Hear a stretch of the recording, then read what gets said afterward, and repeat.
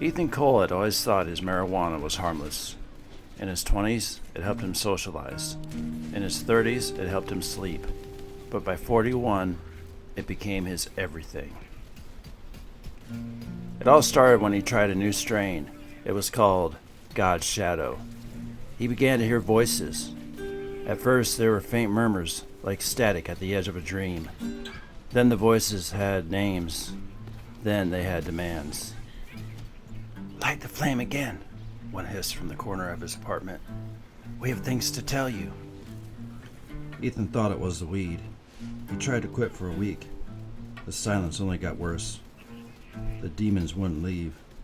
They just got louder. One called itself Vassal. It had a voice of broken glass. Another, Jareth, claimed to live inside Ethan's lungs. He could feel it crawl through his ribcage, telling him things that he didn't believe to be true. "You're a gate," Vassal whispered one night as Ethan stood shaking, staring at his bathroom mirror, eyes wide open and sunken in. "You let us through." That night Ethan lit up again, desperate to shut them out, but the smoke didn't calm his mind. It only fed them.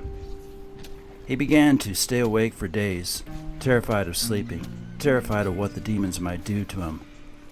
His apartment turned into a shrine of paranoia. Mirrors covered, candles burned at odd hours, red chalk symbols drawn on the walls. He would sit in the center of his living room, cross-legged, whispering apologies to beings that no one else could see.